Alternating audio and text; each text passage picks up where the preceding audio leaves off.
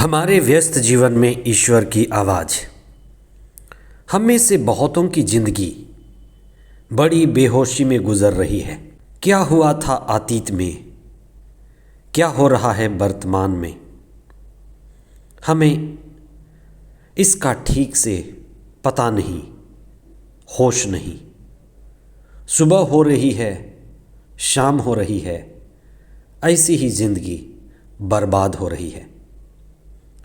बेहोशी हमारी जीवन की शैली और जीवन की रीति बन गई है। धर्मशास्त्र क्यों कहता है कि ये लोग देखते हैं पर देखते नहीं, सुनते हैं पर सुनते नहीं।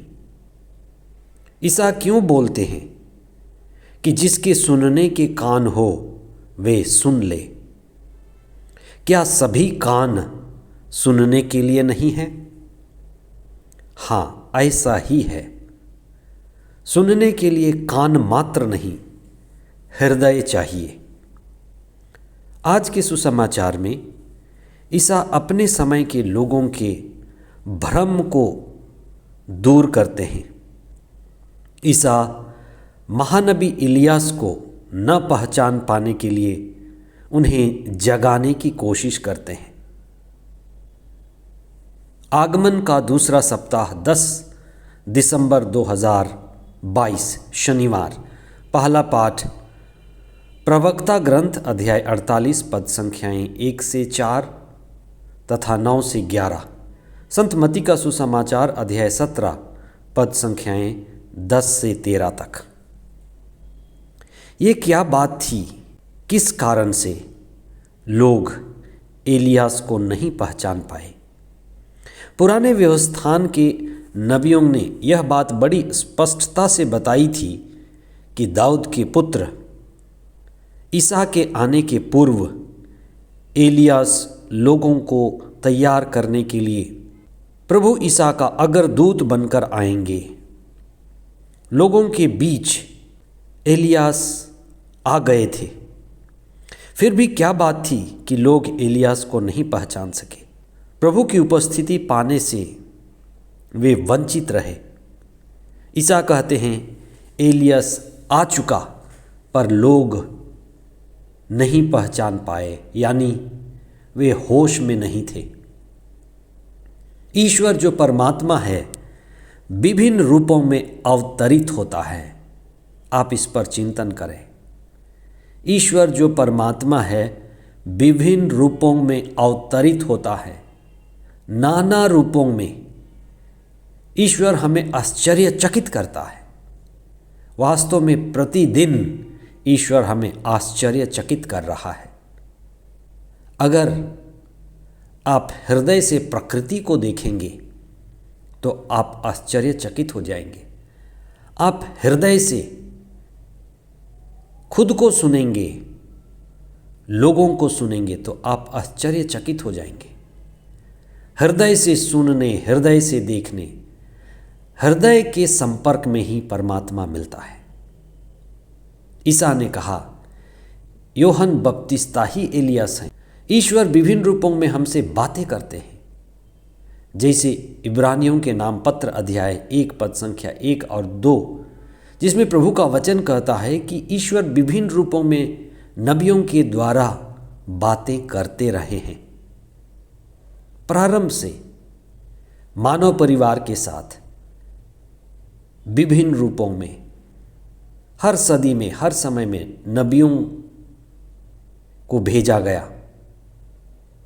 महात्मा, धर्मात्मा आते रहे और समय पूरा होने पर ईश्वर ने अपने पुत्र ईसा के द्वारा हमसे बातें की, जो ईश्वर का प्रतिबिंब है। आखिर क्या बात थी कि लोग पहचान नहीं पाए? संत मार्कुस के सुसमाचार अध्याय 2 पद संख्या 20 और उसके आगे फरीसी और यूहन्ना के शिष्य ईसा के पास एक सवाल लेकर आते हैं, बड़ा महत्वपूर्ण सवाल।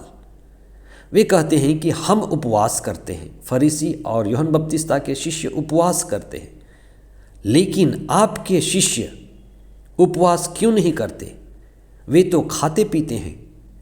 ईसा ने उन्हें उत्तर दिया था, अभी वे उपवास नहीं कर सकते, अभी विवाहोत्सव का समय है, अभी तो नाचने गाने खुश होने प्रसन्नता का समय है। ईसा स्वयं को दूल्हे की तरह देखते हैं और यही बातें अपने शिष्यों को भी बताते हैं। जैसे नबी ईसायास ने अपने ग्रंथ के अध्याय 61 और 62 में कहा था कि ईसा के पुत्र का आना विवाहोत्सव की तरह होगा। अतः फरीसी और यूहन्ना के शिष्य ये पहचान पाने में नाकाम रहे कि अभी ईसा आ चुके हैं, विवाहोत्सव शुरू हो चुका है। सबसे महत्वपूर्ण बात यह है कि ईश्वर को जानने के लिए, ईश्वर के कार्यों को पहचानने के लिए, पवित्र आत्मा के कार्यों को पहचानने के लिए हमें पवित्र आत्मा चाहिए और पवित्र आत्मा लोगों के बीच में अनुपस्थित थे। ईश्वर के कार्यों को पहचानने के लिए विनम्रता चाहिए, लोगों में अहंकार था। उत्साह चाहिए, लोग निरुत्साहित थे। सतत प्रार्थना चाहिए, वे प्रार्थना नहीं करते। आइए हम प्रार्थना करें। आगमन के इस कृपा भरे समय में हम प्रभु और उनके कार्यों को पहचान सकें। हे सर्वशक्तिमान पिता ईश्वर, तो सृष्टि के प्रारंभ से ही मनुष्यों के साथ रहा है, साथ चला है। आपका नाम इम्मैनुएल है। हम यही प्रार्थना करते हैं कि हम सतत प्रार्थना कर पाएं, पवित्र आत्मा से भरें, जिससे हम आपके कार्यों को, आपकी योजनाओं को पहचान सकें और आपके कार्यों के सहभागी बने। हमें पवित्र आत्मा का विवेक, पवित्र आत्मा के द्वारा उत्साह और पवित्र आत्मा के द्वारा प्रज्ञा प्रदान कीजिए। हमारे सभी इंद्रियां शुद्ध हो जाएं और हम हृदय से आपके कार्यों को देख पाएं, पहचान पाएं और सहभागी बने। आमीन।